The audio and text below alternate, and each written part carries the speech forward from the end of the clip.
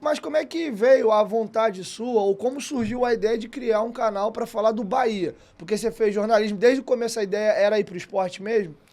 Era.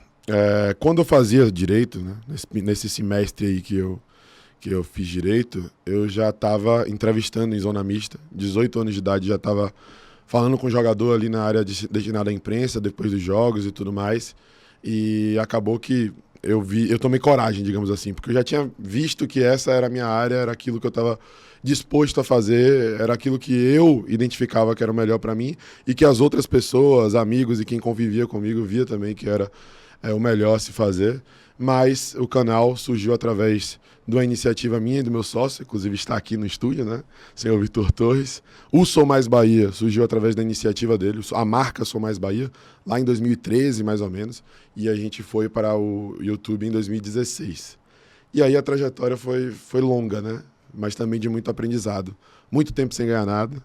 Eu vivi nesse período, talvez um dos momentos mais caóticos assim, da minha vida, no que diz respeito à rotina. Eu estagiava em um lugar, em Portão, lá em Lauro de Freitas, me deslocava para o Cabula, que era onde eu estudava durante a tarde, que ficava a 50 minutos, mais ou menos, do lugar em que eu estagiava.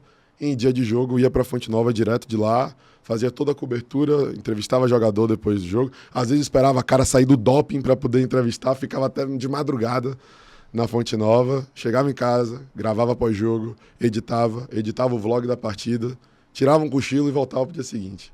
E aí, qual era a motivação? É fazer o que a gente ama, né? Fazer o que a gente gosta. E aí, aos poucos, as coisas foram fluindo, a gente foi implementando outras coisas. E Yuri, que também está aqui junto conosco no estúdio, chegou para poder agregar. Voltaram para as redes sociais, mas também debatendo com a gente no canal. Surgiu já o outro canal. E, enfim, tem funcionado bastante. E, graças a Deus, a torcida tricolor abraçou a gente. Pô, isso eu acho muito maneiro porque eu me identifico muito. Que eu até falei contigo nessa conversa em off aqui, antes do papo começar, que até hoje eu trabalho sozinho. Eu que gravo vídeo, eu edito, eu faço pauta. Até a parte também burocrática, que é negociar patrocínio, gerar guia para contador pagar, eu tenho CNPJ aberto, Sim. tenho que recolher imposto todo mês. Então todo esse rolê eu faço até hoje sozinho. Agora que eu tô trazendo uma galera para trabalhar comigo. E, cara, eu até falei em off pra vocês e repito aqui. O trabalho de rede social do Eu Sou Mais Bahia, cara, é extraordinário. Vocês estão de parabéns. É muito bonito a organização, a edição. Eu até falei em off e vou falar aqui também. Um abraço pro Valdir Virgão do Cruzeiro. Muito bonito, muito bem feito. Então, parabéns pra vocês, cara. É um trabalho de muita qualidade. E aproveitando, falando de trabalho, de qualidade, eu queria entender um pouco que o mundo tá mudando, né? Bastante. Cada vez mais a gente vê as coisas pegando um sentido mais global e menos aquela coisa do teu bairrinho, da tua cidadezinha ali, principalmente com o advento da internet. Como é que tá a relação da rivalidade entre os clubes do Nordeste hoje? Porque, por exemplo, o grande rival histórico de vocês é o Vitória, né? Não precisa falar outra coisa aqui, eu sou maluco. Mas o próprio Flamengo, no advento dos clubes do Rio ter dado uma enfraquecida, ele começou a alimentar uma rivalidade com o Palmeiras, no ano passado para cá um pouquinho com o Atlético Mineiro, que remete lá da década de 80 também, dos times do Zico com o time do Reinaldo. Então como é que tá hoje a relação do torcedor do Bahia? Porque infelizmente, pro futebol, mas para vocês como torcedor do Bahia, ótimo, o Vitória na Série C pro futebol brasileiro é ridículo, né? Não é um clube Na zona de rebaixamento da Série C, já atualmente. nem sabia, ou seja, tá Exato. pra Série D. Então, assim, mas como é que tá hoje o sentimento do torcedor do Bahia? A rivalidade ainda é muito forte ali com Vitória, tá crescendo mais pro sentido do esporte, Fortaleza, Ceará. Como é que tá esse rolê hoje no Nordeste? Cara, vamos lá.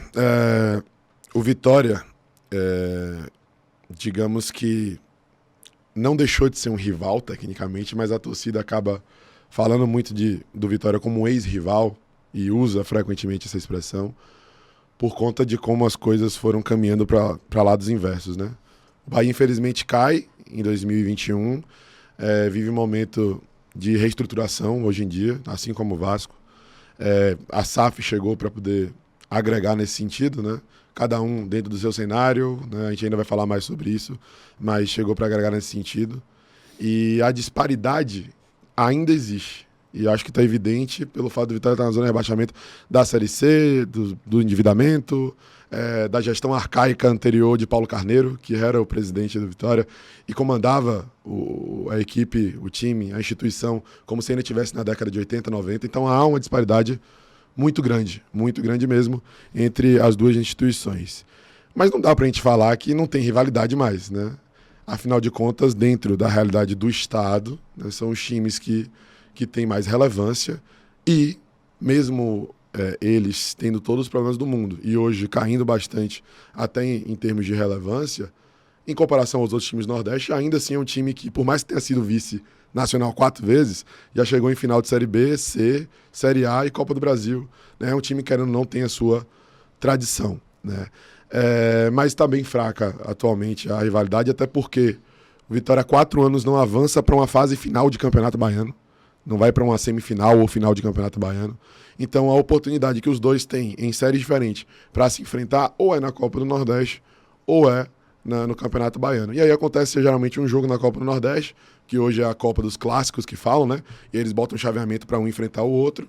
E acontece um ou outro jogo no Campeonato Baiano. E aí são esses os jogos da temporada entre Bahia e Vitória. Há até uma ruptura, assim, a gente fala que abre um portal quando acontece o Bavi da Fuga, que acho que repercutiu até bastante nacionalmente, quando o Vitória, que na época era comandado por Wagner Mancini, abdicou do jogo, né, porque estava em desvantagem numérica, e forçou uma expulsão para poder acabar a partida no Barradão.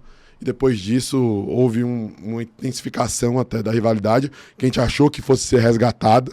No ano anterior teve semifinal de Copa do Nordeste e tal, e depois disso foi ladeira abaixo para eles, e aí essa rivalidade ficou mais distante ainda. Mas hoje, até pelo crescimento de Fortaleza e Ceará principalmente, há uma rivalidade muito, muito, muito forte com as duas instituições, as duas equipes. Eu diria que principalmente com o Ceará, porque protagonizou 2 finais seguidas de Copa do Nordeste, né? O Bahia ganhou em 2021, eles ganharam em 2020. Então há essa rivalidade. O Fortaleza rebaixou o Bahia no último jogo da temporada 2021. Então também tem essa rivalidade. Hoje existe, de certa forma, não tem como negar, esse ar de vingança do torcedor do Bahia, né? Chateação. Faz parte do futebol, né? Eles estavam ali para poder buscar um G4 da Libertadores e, por consequência, acabou rebaixando o Bahia. E um rival histórico do Bahia no Nordeste é o Sport. O Sport jogou quarta de final de 59 contra o Bahia foi campeão brasileiro. Quartas de final de 88 contra o Bahia, que o Bahia foi campeão brasileiro. Já perdeu semifinal de Copa do Nordeste em 2015 para o Bahia. Já perdeu final de Copa do Nordeste em 2001 para o Bahia. Final de Copa do Nordeste em 2017 para o Bahia. Então há uma rivalidade muito forte e histórica entre Bahia e Sport. E existe até uma união dos rivais por ver o crescimento de Ceará e Fortaleza. Eu percebo muito isso hoje em dia. Nas redes sociais, falam, vocês estão bem só agora, a história não se limita de 2018 para cá, quando o Fortaleza saiu da Série C, voltou para a primeira divisão, tal, isso, aquilo, tem que respeitar a tradição de Sport Bahia. Mas enfim, é sadia, é bacana e eu acho que é bom para todo mundo poder crescer, né? Mas o maior do Nordeste é o Bahia, é inegável. Não, eu concordo, mas assim, uma coisa que eu acho importante nessa tua fala final é a seguinte, a gente tem muito essa questão de momentos, se você for pegar o meu clube e o seu é gigante porque são mais de 100 anos de história.